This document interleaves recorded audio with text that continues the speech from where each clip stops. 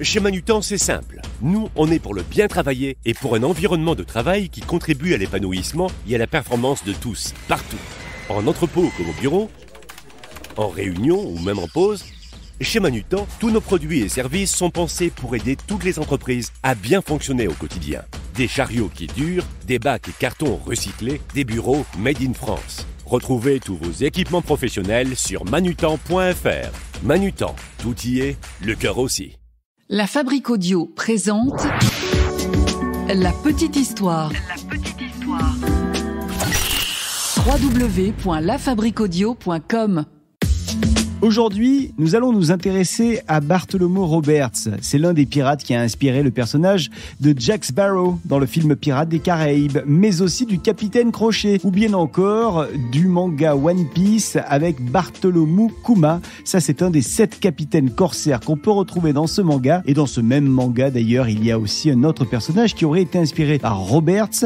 C'est le personnage de l'Œil de Faucon, qui est lui aussi un corsaire. Aujourd'hui, on va donc plonger dans les eaux tumultueuses de l'âge d'or de la piraterie et nous allons découvrir ensemble la vie fascinante de l'un des pirates les plus redoutables de tous les temps. Celui qu'on surnommait Black Bart aurait capturé plus de 400 navires. Alors attachez vos ceintures et préparez-vous pour un voyage palpitant à travers l'histoire. Aujourd'hui, on fait donc la connaissance de Black Bart, Bartholomew Roberts. Ah ouais, quelle histoire ça aussi. Salut tout le monde, bienvenue dans un nouvel épisode de La Petite Histoire. Je suis Florent Mounier, j'ai écrit et je narre ce podcast pour vous et c'est Sébastien Girard qui l'a mixé. Vous nous retrouvez sur le www.lafabriqueaudio.com et sur l'ensemble des réseaux sociaux de La Petite Histoire. On est sur Twitter, Insta, Facebook. Vous n'hésitez pas à laisser des commentaires. Les commentaires se laissent également sur l'appli Spotify. C'est vachement facile à utiliser. Vous pouvez laisser un commentaire par épisode. Allez-y, vraiment c'est notre conseil. Nous sommes au XVIIIe siècle et les Caraïbes sont infestés à cette époque de pirates.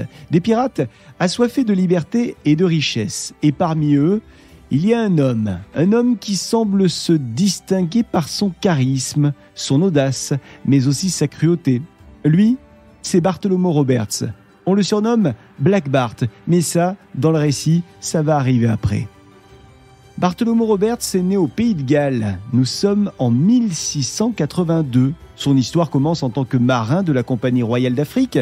On est déjà en 1719 et Bartholomew a désormais 37 ans. Donc là, il n'est pas pirate. Sauf que il embarque en tant que second à bord du navire Princess, un navire destiné à transporter des esclaves, et ça va le mettre sur la route des pirates. Alors pour commencer, laissez-moi vous décrire Roberts. C'est un homme qui est toujours bien habillé. Il a d'excellentes manières. Il n'a pas de barbe. Roberts préfère être rasé de près, ça fait plus clean. Roberts ne boit pas d'alcool non plus. Les gens disent de lui qu'il a une belle écriture manuscrite. Roberts, il aime bien écouter parfois de la musique classique. Ça, là, la description que je viens de vous faire de cet homme, retenez-la bien, parce qu'elle ne va en rien changer au cours du récit. Oui, même en tant que pirate, Roberts va toujours rester ce même homme élégant, propre sur lui, en apparence en tout cas, même dans ses plus grandes années de piraterie. Alors que Bartholomew vogue donc sur les flots, son destin va soudainement basculer en juin 1719. Un jour, son navire, le navire sur lequel il est, le Princess, est capturé par un redoutable pirate. Lui, c'est Howell Davis. On est près de la Côte d'Or, ce qui correspond aujourd'hui au Ghana. Alors pendant de longues semaines, Roberts est donc enfermé avec d'autres de ses collègues dans les cales du bateau du pirate Howell. Roberts, il aurait pu avoir peur, sans doute qu'il a eu un petit peu peur. Mais avant tout, il est fasciné par ce qu'il voit, fasciné par la vie de pirate, une vie sauvage, une vie qui semble être une vie sans règles. Alors il observe du fond de la cale. Et un jour, dans cette cale, il y a Davis qui apparaît et qui vient parler à Roberts. Peut-être qu'il a senti en lui que Roberts avait une âme de pirate. Toujours est-il qu'il lui laisse 2 choix, la mort ou la vie de pirate. Bon, ni une ni deux, Roberts répond avec détermination « La vie de pirate, capitaine Davis. Je suis prêt à tout pour ma liberté. » C'est ainsi que Bartholomew Roberts va devenir un membre éminent de l'équipage de ce grand pirate Davis. Et ça ne va pas durer très longtemps parce que un jour, leur flottille est prise en embuscade. C'est une embuscade menée par le gouverneur de l'île du Prince. Au cours de la bataille, Howell Davis est tué. Alors, Bartholomew Roberts, il a eu le temps, en quelques semaines, de montrer en quelque sorte son talent et sa supériorité au combat. Il a montré ça au reste de l'équipage. Et donc, un peu naturellement, il est élu capitaine du bateau pirate Royal Rover. C'est tout l'équipage qui finit par accepter qu'il soit le capitaine de ce bateau pirate. Roberts prend donc le commandement du navire et il décide d'hisser très haut le drapeau noir, symbole de la piraterie. Puis il se lance, Roberts, sur le pont du navire. Et c'est là où il fait un discours destiné à ses hommes, ceux qui vont l'entourer pendant des mois et des mois sur les mers et les océans. Il vaut mieux être un commandant qu'un homme normal, puisque j'ai plongé mes mains dans l'eau boueuse et dois être un pirate. Alors le bateau pirate, qui est donc désormais au commandement de Roberts, quitte rapidement l'île du Prince. Et désormais, il fait route vers le Brésil. Alors au cours de ce trajet, inutile de vous dire qu'il va s'en passer des aventures. Roberts va donner par exemple l'ordre de capturer un navire hollandais, ou bien encore de couler un autre navire, un navire britannique, un navire qui transportait des esclaves. Un beau jour de 1720, la flottille de Roberts croise la route d'un convoi de 42 navires marchands portugais. Ce sont des navires qui sont escortés par 2 autres navires, mais ce sont des gros navires qui les escortent, des navires de combat. Chacun de ces 2 navires est équipé de 70 canons, rendez-vous compte. La protection est bel et bien présente. Mais peu importe, ça ne semble pas effrayer Roberts qui décide d'attaquer ce convoi. Bartholomew Roberts, que désormais on surnomme Black Bart, va sauter sur l'un de ses navires et il va donner à l'un de ses bras droits l'ordre de commander le navire en son absence. Ce gars-là, ce pirate, c'est Walter Kennedy. Alors la bataille fait rage et Roberts parvient enfin à gagner. Et ça tombe bien parce que à bord de ce navire se trouve une quantité importante de pièces d'or, plus de 30 000 livres sterling. Pour l'époque, c'est énorme. Sauf que le Walter Kennedy, qui était censé veiller au grain en l'absence de son capitaine, il décide de s'enfuir avec le navire chargé d'or. Ok, pour un homme de confiance, on aurait pu trouver mieux. Peu importe, Bartholomew Roberts prend un autre navire, un navire auquel il va donner le nom de Fortune. Puis il s'enfuit. Il s'enfuit avec ce qui reste de son équipage. Et en plus, il faut qu'il se bouge pour échapper à un navire britannique qui s'est lancé à leur poursuite. Bref, c'est pas une vie de patachon. Les semaines passent, les mois même, et en 1720, le mois de juin, Bartholomew Roberts écume les côtes du Nouveau Monde. Ça fait déjà quelque temps qu'il est le boss sur le navire, et il a donc instauré de nouvelles règles sur ce navire. Tout d'abord, il annonce la couleur à ses collègues. Vous ne le verrez jamais partager sa cabine avec n'importe qui. Et puis il annonce également qu'il se refuse au viol, ce qui est rare dans le monde de la piraterie. Pendant qu'il est en train d'énoncer toutes ces règles, il présente également son fameux code de déontologie de la piraterie. C'est le code des pirates. Et voici quelques règles de ce code des pirates, un code des pirates qui va ensuite être utilisé par un grand nombre de pirates. Règle numéro 1. Chaque pirate peut donner sa voix dans les affaires d'importance. Règle numéro 2. Outre leur portion ordinaire de butin, chaque pirate aura une chemise de toile. Mais s'il cherche à dérober à la compagnie de l'argenterie, des bijoux ou de l'argent d'une valeur $1, ils seront abandonnés sur une île déserte. Si un homme en vole une autre, on pourra couper à un homme le nez, les oreilles et le déposer à terre à quelque endroit inhabité et désert. Règle numéro 3. Il est interdit sur le bateau de jouer de l'argent aux dés ou aux cartes. Règle numéro 4.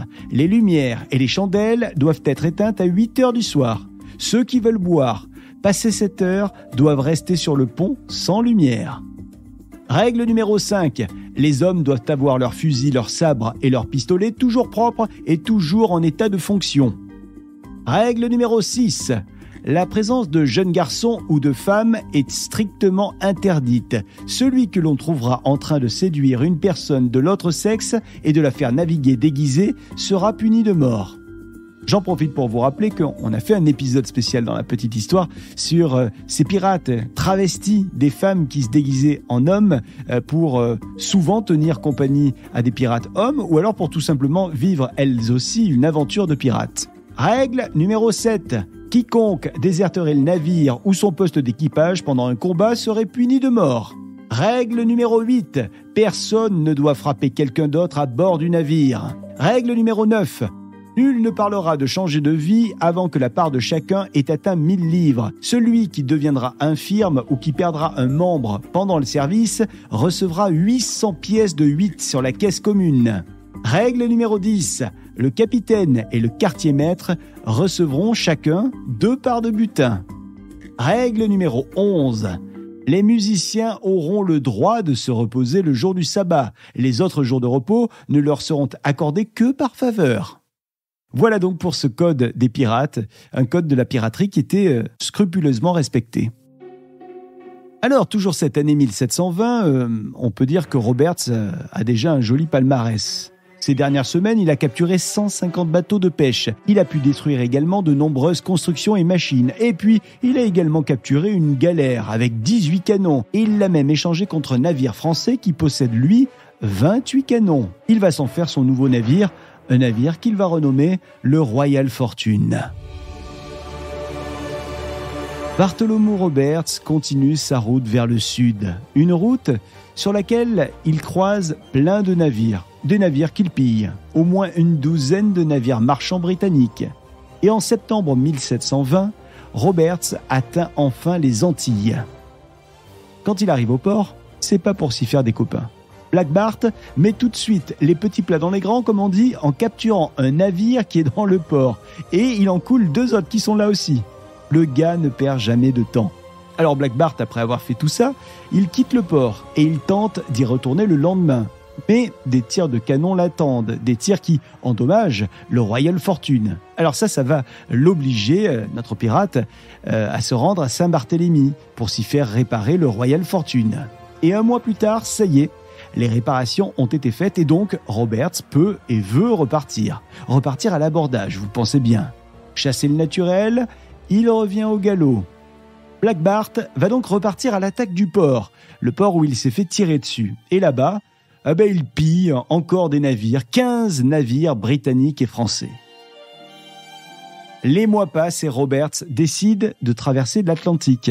Il veut traverser l'Atlantique pour aller vendre ses marchandises de contrebande. Ce qu'il a en tête, en fait, c'est d'aller piller un nouveau territoire pour lui, la côte africaine.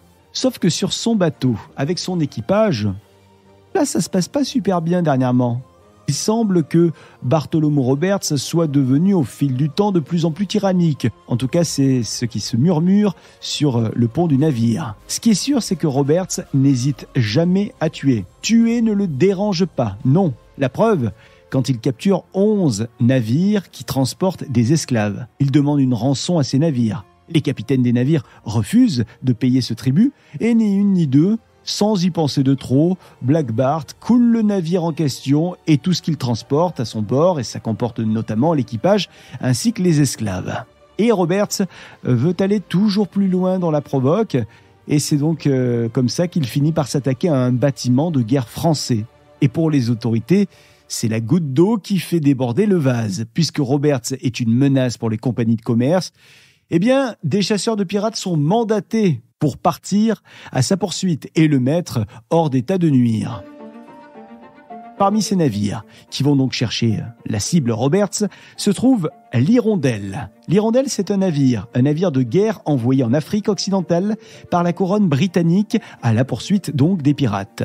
Le jeu du chat et de la souris dure quelques mois, jusqu'en février 1722, près du cap Lopez. On est au Gabon. Et c'est précisément le 5 février 1722 que l'Hirondelle met enfin la main sur le navire de Roberts et attaque donc la flotte Black Bart. Les canons de l'Hirondelle résonnent. Le Royal Fortune riposte. Mais Black Bart est tué dès la première salve. Une volée de chaînes tirée d'un canon qui lui brise les os du cou. Son équipage est là. Et ils observent le corps de Black Bart, leur capitaine, leur chef, qui est sur le pont. Son équipage connaît les dernières volontés de son capitaine. Les hommes de Roberts décident donc de jeter son corps par-dessus bord, conformément à son souhait de reposer à tout jamais dans la mer. Ainsi se termine donc le règne de Black Bart, Bartholomew Roberts, celui qu'on surnommait le roi des pirates. Son équipage tente désespérément de prendre la fuite, mais cet équipage est vite rattrapé et fait prisonnier. Alors les membres de cet équipage vont être jugés à Cape Coast, au Ghana. Il y a 74 hommes qui seront acquittés, mais il y a 70 pirates noirs qui vont retourner à l'esclavage. 54 pirates vont être pendus et il y en a 37 qui vont être condamnés à des peines un petit peu plus légères. Voilà donc pour cette petite histoire de Bartholomew Roberts, Black Bart, un homme qui a navigué sur les mers tumultueuses de l'âge d'or de la piraterie, laissant derrière lui une légende inoubliable. Qu'on a d'ailleurs pu retrouver dans Peter Pan sous les traits, je vous le disais tout à l'heure, du capitaine James Crochet, qui lui aussi partage beaucoup de similitudes avec ce baronnet noir, l'élégance vestimentaire, les goûts raffinés, les bonnes manières.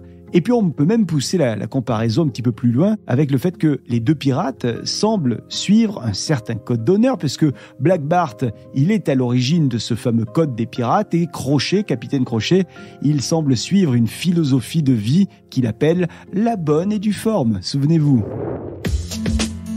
J'ai donc eu le plaisir d'écrire cette petite histoire consacrée à Black Bart, la légende des océans, une petite histoire mixée par Sébastien Girard. Merci de l'avoir écouté. Si cet épisode vous a plu, la seule chose qu'on vous demande, c'est de liker, partager, commenter sur les réseaux sociaux, commenter également sur les plateformes de podcast et notamment sur Spotify. C'est extrêmement simple d'envoyer des petits messages et on essaye de les lire très régulièrement, ces messages, notamment dans nos épisodes. Donc de temps en temps, on peut vous faire des bonjours dans ce podcast de la petite histoire. Et puis si vous avez envie qu'on fasse une petite histoire consacrée à un personnage auquel vous pensez, n'hésitez pas à nous le signaler, on tâchera de vous faire plaisir. La Fabrique Audio présente La Petite Histoire. Vous souhaitez devenir sponsor de ce podcast ? Contact @lafabriqueaudio.com. Avant de se quitter, je vous rappelle deux choses. Première chose, la Fabrique Audio crée des contenus audio, des web radios, des podcasts pour les marques, les entreprises, les collectivités, les associations. On crée pour vous ou avec vous, en vous accompagnant. Si vous avez envie d'en savoir plus pour imaginer ensemble un podcast à votre image, n'hésitez pas à vous envoyer un mail contact@lafabriqueaudio.com. Je vous rappelle également qu'il existe désormais 3 chaînes de la petite histoire. La petite histoire générale, mais aussi la petite histoire du paranormal et puis la petite histoire du cinéma, une chaîne dans laquelle on glisse toutes les petites histoires en lien avec les films et les séries que vous kiffez. À très vite.